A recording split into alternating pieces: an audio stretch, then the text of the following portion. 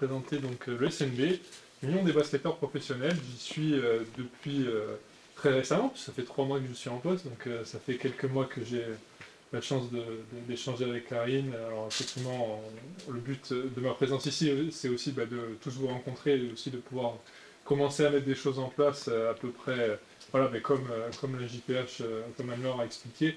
Notre but, c'est vraiment de pouvoir développer cette notion de reconversion chez le sportif du mieux possible. Aujourd'hui, le SNB, c'est à peu près la même structure en fait que la JPH qui vous a été présentée avant, puisqu'on n'est que 2 salariés. Donc c'est une petite structure.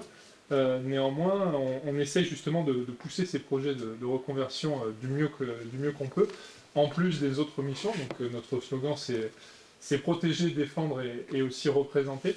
Et quand on dit protéger, on peut tout de suite penser à des notions juridiques, comme disait Anne-Laure, parce qu'effectivement, c'est des choses avec lesquelles les sportifs professionnels rencontrent dans leur carrière, même si effectivement on ne leur souhaite pas, mais c'est des choses qui arrivent. Mais protéger, c'est aussi penser à leur après-carrière, parce que voilà, une carrière de sportif, ça ne dure pas. Moi, je pars d'un âme et conscience, parce qu'en fait, je suis issu justement des processus de formation du basket, voilà, parce que je suis passé par les CREPS, par les centres de formation, les équipes espoirs et les équipes professionnelles, et j'ai justement arrêté, on va dire, assez prématurément, parce que voilà, il y a peu d'appelés, malgré tout, il faut quand même s'en rappeler.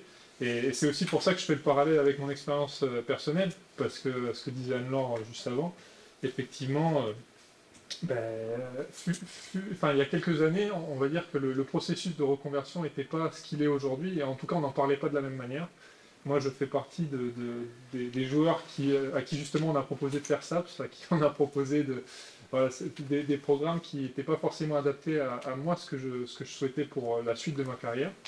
Et c'est aussi pour ça qu'à un moment donné, j'ai pris le choix de prendre du recul par rapport à tout ça et, d'aller vers des formations plus classiques et vers des niveaux aussi plus adaptés à la reprise d'études.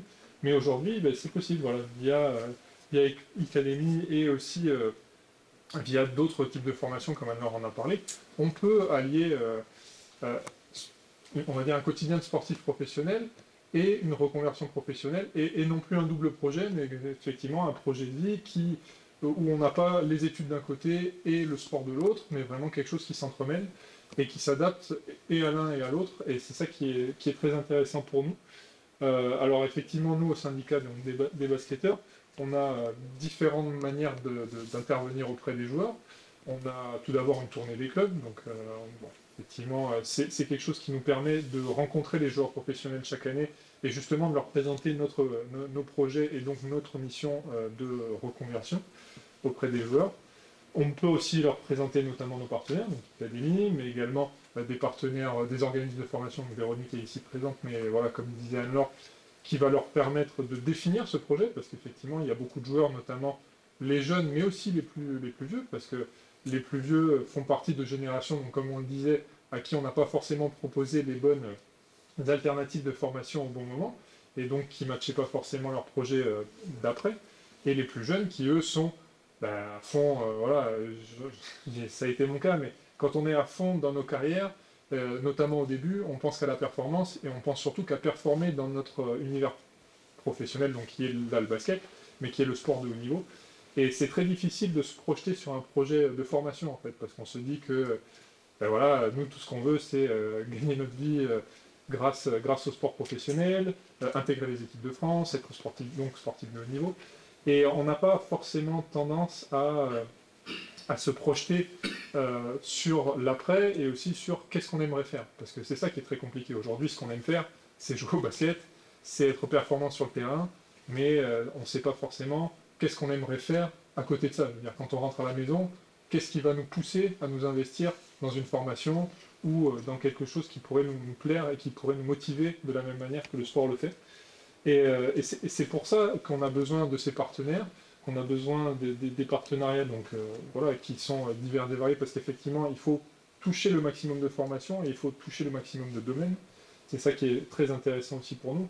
C'est-à-dire qu'aujourd'hui, comme disait Anne-Laure, un sportif ne veut pas juste devenir entraîneur, ne veut pas devenir directeur sportif, Alors ça existe, attention, il y a des joueurs, je pense à Jean-Victor Traoré, que j'ai eu récemment, parce que il est, euh, il est issu de ce processus-là de penser justement à son après-carrière. Il vient d'annoncer sa retraite du côté de Lille très récemment, à cette fin de saison, et lui a anticipé ça avec son club, donc avec le club de Lille, et en partenariat, ils ont décidé que Jean-Victor allait devenir le nouveau directeur sportif donc, de la structure pour accompagner justement les équipes professionnelles, mais aussi faire le lien avec les bureaux du club et qui est ce lien-là. Et lui est l'exemple de quelqu'un qui va rester dans son sport et qui va rester dans son club. Et c'est génial quand ça se passe comme ça. Mais il y a aussi des sportifs pros qui ont envie de couper, qui ont des appétences à des domaines qui sont complètement autres. Et c'est pour ça qu'il est intéressant pour nous de travailler avec des partenaires comme Academy qui proposent un nombre de formations qui est large, qui est divers, et qui leur permet de penser leur reconversion, non pas que par le cadre du sport, mais aussi par, voilà, alors ça peut être l'immobilier, mais ça peut être plein d'autres choses. Aujourd'hui, on parle beaucoup des métiers du digital, on parlait des data en introduction, mais c'est effectivement un domaine qui intéresse beaucoup. Aujourd'hui, moi, j'ai fait une interview, donc reconversion, avec un joueur donc de deuxième division qui évolue en Pro B, qui lui veut devenir expert comptable et qui a fait les démarches pour devenir expert comptable. Donc, en fait, on peut toucher tous les sujets. On peut aussi toucher. On parle pas beaucoup on parle moins, on va dire, des métiers plus manuels qui vont être, je sais pas, l'artisanat, qui vont être. Récemment, on parlait de la cuisine avec un joueur, mais ça peut être tout ce genre de sujet-là. Et effectivement, c'est bien de pouvoir penser à tout et de pouvoir essayer de tout aborder, parce qu'aujourd'hui, quand on pense à des formations, effectivement, on pense qu'à certains types de métiers et qu'à certains domaines professionnels, mais effectivement, ça va plus loin que ça. Et le but, c'est de nous, en tout cas, en tant que syndicat, au travers de nos partenaires, de leur apporter un maximum de solutions, mais aussi de leur apporter de quoi définir leur projet, de se rendre compte de ce qu'ils souhaitent pour l'avenir. Il faut aussi savoir que, effectivement, on parle beaucoup de formation en distanciel, et aujourd'hui, Academy, c'est une formation en distanciel, mais c'est hyper important pour nous de le dire, parce que aujourd'hui, un des freins principaux dans l'esprit des sportifs, c'est comment allier mon quotidien de sportif professionnel avec une formation. Et c'est vrai que moi, en tout cas à l'époque, c'est quelque chose qui a été un frein, parce que je me suis dit, mais c'est pas possible. En fait, alors pour le coup, moi j'étais en école sur Paris, on avait des cours le matin, mais du coup ça voulait dire 2 entraînements l'après-midi, bref, on finissait nos journées, c'était très compliqué parce qu'il fallait faire les déplacements, tout ça, parce que tout était en présentiel. Et aujourd'hui, on a cette possibilité d'être en distanciel. Et il faut bien se rendre compte, et c'est pour ça que c'est important pour nous d'avoir, comme disait Anne-Laure, des contacts privilégiés qui comprennent aussi de nos problématiques. C'est-à-dire que le sportif professionnel, il a du temps en soi. Beaucoup de gens pensent aussi que être sportif professionnel, c'est être surchargé. Mais on se rend compte que c'est pas forcément vrai. Les sportifs professionnels ont du temps, mais c'est juste qu'ils ont un temps qui a des horaires et des créneaux différents d'une personne qui a un parcours professionnel classique. Et aujourd'hui, c'est hyper important pour nous d'avoir ces contacts privilégiés pour bien se faire comprendre qu'aujourd'hui, un sportif, il va être disponible tôt le matin, ou il va être disponible entre midi et 2 et en début d'après-midi, quand il ne fait pas la sieste. Mais c'est important parce qu'effectivement, ça fait partie du process. C'est-à-dire aujourd'hui, un sportif professionnel, oui, il a besoin de faire une sieste tous les jours. Et c'est bien de le comprendre parce que justement, ça laisse des créneaux d'études qui sont différents d'un étudiant classique. Je veux dire, au moment où un étudiant classique va couper, par exemple, pour sa pause du midi, c'est à ce moment-là qu'un sportif professionnel va être plutôt disponible. Ou plutôt en fin de journée, après les entraînements du soir. Et c'est justement important pour nous de pousser ce type de formation-là parce que, auprès d'eux, parce qu'effectivement, c'est par ça que ça va passer, en fait. Et eux, les mettre en confiance par rapport à ça, les mettre en confiance aussi par rapport au fait que c'est possible, c'est ça qui va les amener, eux, à avoir cette réflexion-là, de dire, eh ben, voilà, moi, je veux me former, et surtout, je veux me former là-dedans. Et c'est ça qui est très important, pour nous, en tout cas. Et effectivement, là, on parle des sportifs qui sont déjà professionnels. Je vais en profiter pour parler de quelque chose qu'on a mis aussi en place au sein du syndicat des basketeurs et qui va avoir lieu justement au début du mois d'août, qui est le Rookie Programme. En fait, on a décidé pour toucher les publics plus jeunes, en tout cas qui rentrent dans le monde du sport professionnel, de faire venir pendant 2 jours, donc sur un week-end, les premières années de premier contrat professionnel sur donc les 2 premières divisions nationales masculines. effectivement, voilà. On travaille aussi chez les filles. Alors c'est vrai que je parle beaucoup de joueurs, mais ça inclut joueurs et joueuses. Aujourd'hui, ce programme-là s'adresse aux garçons parce que effectivement, il y a déjà un travail en amont qui a été fait, je veux dire, et on essaye de rattraper, en tout cas, tout ça du côté des filles. Mais aujourd'hui, donc ce programme s'adresse aux joueurs qui vont être convoqués sur 2 jours. On va leur parler de leurs obligations en tant que joueurs. Ils vont rencontrer les différents acteurs de leur vie de basketteur professionnel. Et notamment, on va avoir, une partie qui va être réservée à la formation reconversion, sur lesquelles on va essayer de faire intervenir des joueurs. Alors, par exemple, l'année dernière, c'était Jacques Alain, qui est un joueur de la JDA Dijon, qui, lui, suit un parcours de formation bah, qui est pour nous un peu une success story, mais on va dire que c'est un exemple, c'est un bel exemple de ce que peut être la reconversion. Aujourd'hui, lui, ça fait plusieurs années qu'il y pense, ça fait plusieurs années qu'il se forme. Ça se passe très bien pour lui, il joue à un très haut niveau, Dijon étant un club qui joue les demi-finales de championnat cette année, qui est un club européen, qui est un club qui aujourd'hui est une belle vitrine aussi pour le championnat de France. Et c'est un joueur voilà, qui va intervenir auprès de ces jeunes-là sur ce programme pour bien leur expliquer ce que c'est, pour bien leur expliquer comment ça se passe et surtout en quoi ça va apporter dans leur quotidien de sportif professionnel, parce que c'est ça qui est important aussi. Trouver cet équilibre-là est hyper important.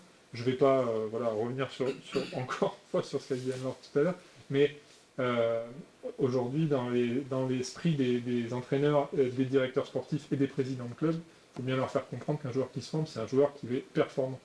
C'est pas un joueur qui va justement penser à autre chose, et donc non, un sportif professionnel, c'est un sportif qui est professionnel. Donc quand il rentre sur un terrain, il sait que son boulot, c'est d'être performant. C'est pas de penser aux études ou de penser à autre chose. Les sportifs pros savent faire cette différence-là, et c'est ça qui est important pour nous de faire comprendre aux structures. Et donc c'est aussi la teneur de ces tournées, et aussi de ce rookie programme-là, c'est aussi de faire comprendre aux gens et aux intervenants qu'effectivement bah, c'est compatible, et que ça peut vraiment fonctionner, comme ça. Donc pour finir avec ce rookie programme, voilà, notre but c'est vraiment de les former par rapport à ça, pour qu'ils y pensent tout le long de leur carrière, et que ça soit pas juste quelque chose où ils se disent à 30 ans ou 35 ans, ah, si seulement j'y avais pensé plus tôt. Ça ne veut pas dire qu'on va les pousser à se former dès 18-19 ans, mais c'est au moins une graine qui va avoir le temps de germer dans leur esprit, et ils vont se dire, ben voilà, quelques années plus tard, et aussi parce qu'ils en entendront parler, parce qu'ils vont se dire, ah ben en fait, je suis en train de jouer avec un gars qui, lui, y a pensé il y a 4 ans, et donc aujourd'hui, il va être diplômé, et en fait, il est en train de me dire que c'est possible, et que lui, ça se passe hyper bien, et que lui veut être expert comptable, ou qu'il veut être, je sais pas, contrôleur de gestion quelque part. Et je me dis, ah mais moi en fait j'aime bien ça, j'aime bien les chiffres, j'aime bien le challenge, j'aime bien, je sais pas, on peut faire plein de parallèles, et c'est aussi pour ça, ben, Véronique est là aujourd'hui, mais c'est aussi le but de ces partenaires-là, d'arriver à définir leur projet et d'arriver à faire un parallèle entre ce qu'eux connaissent dans leur carrière pro et les compétences qu'ils développent en tant que sportifs professionnels, et les compétences qu'ils vont avoir à utiliser dans leur reconversion et dans leur carrière professionnelle future en fait. Et c'est hyper intéressant à ce niveau-là d'avoir des partenaires et d'avoir des gens qui peuvent leur expliquer ça, et de nous de se faire le relais auprès des joueurs sur le terrain, et notamment pendant les tournées, pendant les événements qu'on peut organiser. Donc voilà, écoutez, j'ai l'impression, je pense que j'ai beaucoup parlé, mais voilà un peu nos missions, voilà ce que nous on essaye de mettre en place, et effectivement ben, c'est un plaisir de vous rencontrer tous aujourd'hui. Alors il y a des gens que je connaissais déjà, mais d'autres un peu moins. Et je pense que ça passe aussi par la bonne transmission des informations aussi entre nous. Moi j'ai eu le plaisir d'échanger avec Scaleni, avec Véronique, avec Anne-Laure de JPH, avec Candice aussi que je rencontre fréquemment ces derniers temps, mais dans le cadre de l'AFDAS. Et c'est vrai que c'est bien de pouvoir échanger avec tout le monde. Moi qui suis en plus nouveau dans ce domaine-là, c'est bien de pouvoir s'inspirer les uns des autres et de pouvoir avancer tous ensemble, parce que bah, le but premier, ça reste quand même le sportif professionnel et sa reconversion, et que lui ait toutes les armes en main pour pouvoir avancer de son côté sur son projet. Merci. Merci. Je ne sais pas si vous avez des questions du coup, mais... Oui. Bonjour, je m'appelle Chris. On parle beaucoup de la reconversion, et je pense que pour la plupart ça veut dire fin de carrière vers 34, 5, 6 ans. Est-ce que vous avez des choses en place au-delà de rookie programme pour les jeunes dans le centre de formation non conservé? Alors justement, on n'a pas de programme à proprement parler. Le but, c'est de les accompagner. Nous, on ne les laisse pas dans la nature non plus. Le but, c'est aussi justement d'essayer de les accompagner au mieux, justement, dans leur... dans la suite, effectivement, s'ils ne sont pas retenus, qu'est-ce qui se passe, quelle est la formation. Nous, notre but, c'est d'être présent sur tout le monde. Je veux dire, si un joueur aspirant, stagiaire, espoir nous appelle, on ne va pas raccrocher le téléphone parce que ce n'est pas un sportif professionnel. On va essayer de les accompagner. Après, effectivement, aujourd'hui, et je pense que c'est une piste de travail, c'est des joueurs avec qui il est plus compliqué, notamment d'avoir des aides au financement, parce que ce n'est pas des joueurs professionnels à proprement parler. Et je pense que c'est une vraie prise de travail, effectivement. Après, nous, notre but, c'est aussi de les accompagner comme si c'était des sportifs professionnels. Donc on essaye de le faire au maximum. Effectivement, aujourd'hui, on n'a pas de programme à proprement parler par rapport à ça. Mais c'est vrai que c'est un sujet. Je veux dire, voilà, moi, c'est mon cas. Typiquement, j'ai été un joueur aspirant et un joueur espoir qui n'a pas percé professionnellement et qui a dû se reconvertir. Alors, effectivement, je l'ai fait par mes propres moyens, mais ce n'est pas le cas de tout le monde. Et c'est aussi pour ça que c'est très intéressant, mais notamment, alors, on n'a pas encore eu l'occasion d'en parler, mais le programme e-lycée, parce que c'est sur ces jeunes-là en fait que ça va toucher, parce qu'il y a des jeunes qui n'ont pas le bac, par exemple, qui ont 22, 23, 24 ans et qui veulent se reconvertir, mais sans bac, c'est très compliqué.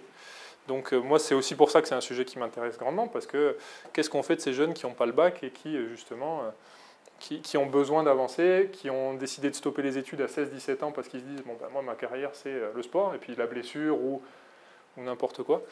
Ou n'importe quoi d'autre qui puisse arriver dans leur carrière. Et donc, effectivement, alors non, on n'a pas de programme particulier, mais le but, c'est de les accompagner de la même manière, en tout cas, de leur trouver une formation qui leur convienne le mieux pour justement les pousser dans ce sens-là.